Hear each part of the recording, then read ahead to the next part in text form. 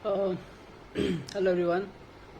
मेरा नाम चेतन अत्री है और आज मैं आपके साथ अपना एक्सपीरियंस शेयर करने वाला हूँ कि कैसे दिल्ली से लेकर जम्मू तक, मतलब अभी क्या क्या लोगों को परेशानियाँ हैं या फिर कितना सही इंतज़ाम कर रखा है क्वारंटाइन में। तो सबसे पहले मैं आपको बताता हूँ कि दिल्ली एयरपोर्ट पे जैसे आप एंटर करते हैं तो there will be a check in counter जहाँ पे आप अपने बैगेज चेक इन करेंगे। तो वहाँ पे ऑलरेडी मार्किंग है जिसके हिसाब से आप लाइन में खड़े रहेंगे और अपना बैगेज चेक इन कराने के बाद आपको जो हाँ सॉरी, उसके पहले आपको बोर्डिंग पास भी प्रिंट करना होगा। तो आपके पास ई पास होगा लेकिन स्टिल आपको बोर्डिंग पास प्रिंट करना होगा, जो वहाँ की मशीन्स पे आप कर सकते हो आसानी से। बैगेज चेक इन करने के बाद आपको सिक्योरिटी चेक पे जाना पड़ता है, जो कि T3 पे ही अभी हो रहा है फिलहाल। Like even domestic flights are operating from T3 terminal only. तो सिक्योरिटी चेक में बट वहाँ पे मैंने एक लूप होल देखा है, बिकॉज वहाँ पे लाइनिंग होती है। वहाँ पे जहाँ पे हमें एक्सरे मशीन में अपने सामान डालना होता है, वहाँ पे देर वॉज सो मच क्याओस। वहाँ पे कोई भी सोशल डिस्टेंसिंग का फॉलो नहीं कर रहा था। एवरीवन वाज लाइक कि जैसे उनकी फ्लाइट निकली जा रही हो, and they were in very rush, you know that. वहाँ से ट्रे उठा रहे हैं, एक दूसरे टच हो रहे हैं, किसी को नहीं पता who is like COVID-19 patient already या who is contaminated from the virus, but still there was no planning at that part. Even जो CSF के जवान भी हैं, they were like continuously sending the people in the queue. I think वहाँ पे थोड़ा सा उनको थोड़ा सा और ध्यान देना चाहिए, kind of. I am just sharing my experience that जो मेरे साथ हुआ वो मैं वही बता रहा हूँ आपके साथ। तो ऐसा था वहाँ पे। फिर उसके बाद जब सिक्योरिटी चेक इन हो गया आपका, आपको सारे इलेक्ट्रिकल डिवाइसेस, इवन आपके speaker, chargers, laptop, everything should be in the hand baggage and और एक्सरे मशीन में डालते वक्त आपको ट्रे में डालना पड़ता है। देन वहाँ से हम हटे, फिर मैं अपने बोर्डिंग गेट पे गया। वहाँ पे ऑलरेडी सीट्स हैं with the markings. Social distancing वहाँ पे पालन किया गया है बाकायदा। तो वहाँ पे हमें फेस शील्ड वगैरह दी जाती है, face shield, mask and 2-3 sessions of sanitiser. तो फिर वहाँ पे जब हमारी बोर्डिंग अनाउंसमेंट होती है तो वहाँ पे हमें ये बोला जाता है कि लाइक खाने पीने का बिल्कुल भी इंतज़ाम नहीं है due to social distancing implementation, क्योंकि they are just taking precautions so that सारे लोग कांटेक्ट में ना आ सके एक दूसरे के। तो पानी वगैरह वो बोर्डिंग गेट पे ही देते हैं। आप वहाँ पे एक दो जो भी छोटी बॉटल्स मिलती हैं वो पी सकते हो। Then after that you can throw those bottles in dustbins जो वहाँ पे पास में रखे होते हैं उन्होंने। अदरवाइज जैसे आप एंटर करते हो जहाज में, and there is also polythene bag attach to the door, जहाँ पे आप अपने वेस्ट बॉटल्स को वहाँ छोड़ सकते हो। Other than that I have seen many people were carrying their own bottles, so that is also good, because during the journey if someone feels thirsty, so they can have water. But the people who don't have any bottle of water, they can't get in the plane. Okay, तो plane में हम board हो चुके। उसके बाद फिर 1 घंटे की फ़्लाइट थी मेरी। 2 मैं इंडिगो से आया था। मैं सारी चीज़ें जो भी होंगी मैं इंडिगो ने इम्प्लीमेंट कर रखी थी, तो मैं वही बताऊंगा।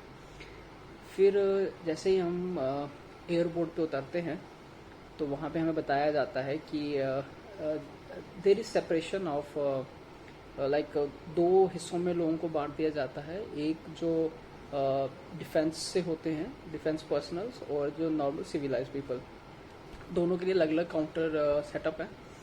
जो डिफेंस पर्सनल के लिए हैं वो टॉप फ्लोर पे ही हैं, और जो नॉर्मल सिविलियंस के लिए वो नीचे 5-6 काउंटर्स ऑलरेडी लगा रखे हैं। तो उन काउंटर्स में सोशल डिस्टेंसिंग का पालन किया गया है। वहाँ पे सारे लोग लाइन के हिसाब से लाइन में खड़े हैं। Like there are markings for social distancing and people were standing there and were also following those. तो फिर वहाँ पे हमें सैंपल इकट्ठा किया जाता है। तो सैंपल इकट्ठे करने के लिए वहाँ पे हमसे सारी डिटेल्स पूछी जाती है, जैसे कि हमारा PNR नंबर, हमारा नाम, हमारी एज, हम कहाँ से आए हैं, हम कहाँ जाने वाले हैं, and father's name and all those details. So there they take sample. It's like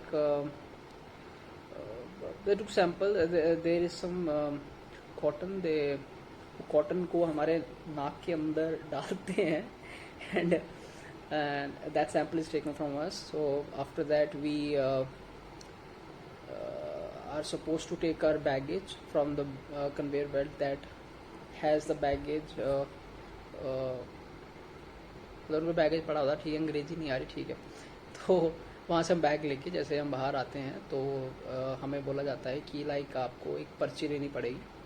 वो पर्ची मैं डाल दूंगा इस वीडियो के एंड में, मैं सारे फ़ोटोज़ डाल दूंगा जो पर्ची हमें मिलती है। अब पर्चियाँ वहाँ पे दो तरह की मिलती है, एक पिंक कलर की होती है, other one is yellow one.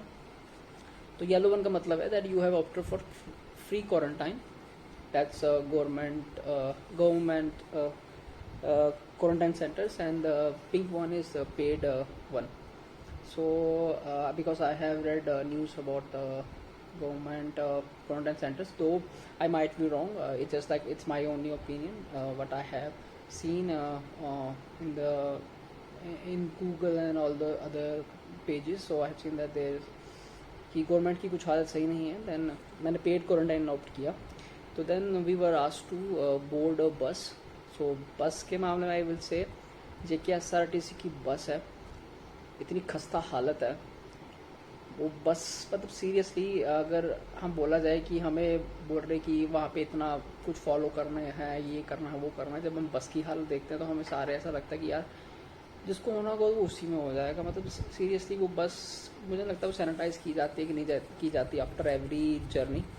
और it's just, it might be only bus that I was traveling, but it might be with all the bus that are set up there.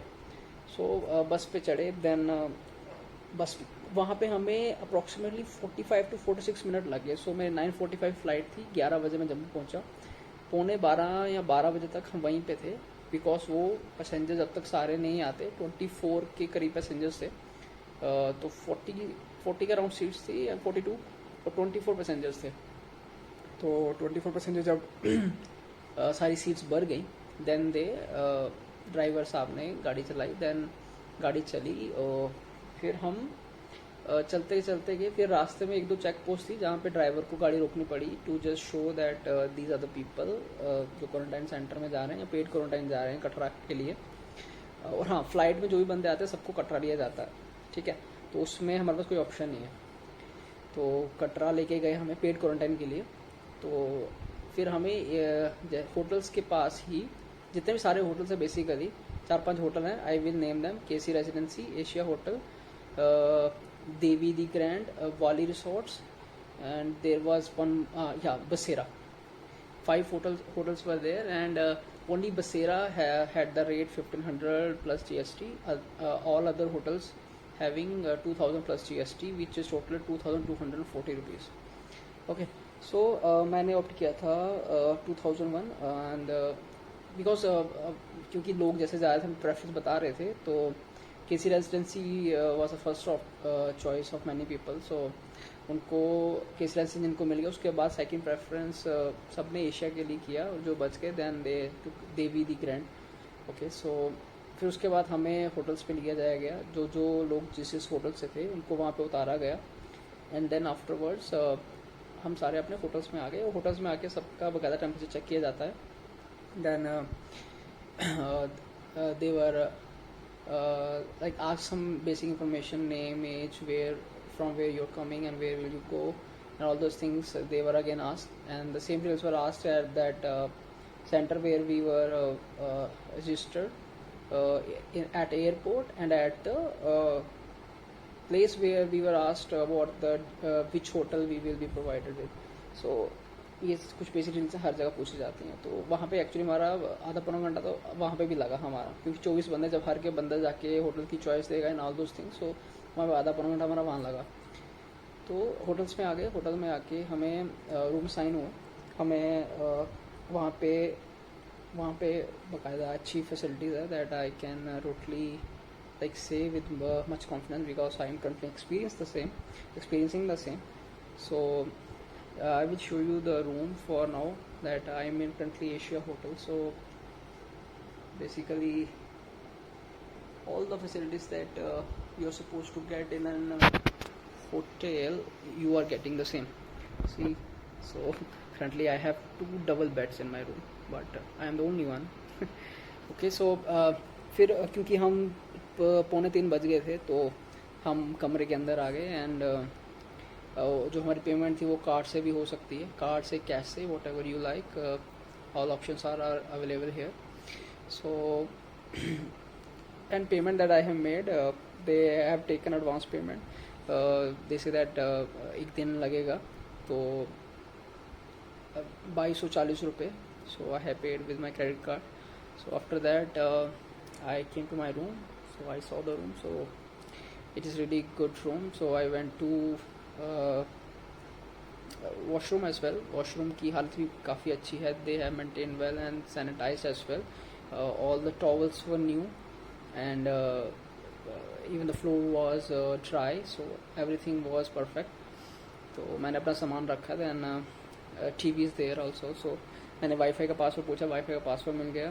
So 15-20 minute के बाद खाना आ गया and खाना is also very tasty and also enough for single person. Quantity भी अच्छी थी and दो कि अगर आपको लगे कि आपको और भी चाहिए, you can simply call their room service, वो आपके लिए ले आएंगे और भी whatever quantity you want.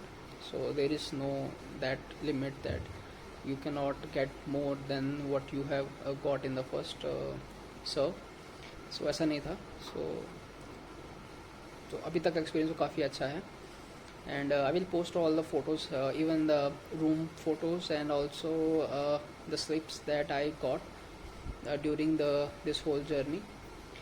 So yeah, I hope ये वीडियो आपको काफ़ी पसंद आया, काफ़ी सही लगा होगा बिकॉज मैंने भी काफ़ी इन्फॉर्मेशन इकट्ठी करने की कोशिश करी थी. मुझे सिर्फ एक आर्टिकल मिला था जिसमें भी सारी डिटेल्स सही से नहीं बताई गई थी. तो आई होप ये वीडियो से आपके काफ़ी डाउट्स क्लियर हो जाएंगे. सो अच्छा लगे तो शेयर कीजिए, लाइक भी करी दो and do subscribe my channel. दो मैं ब्लॉग्स नहीं बनाता, मैं dance videos and singing videos कभी बना देता हूँ. तो I hope to see you guys again. Bye bye.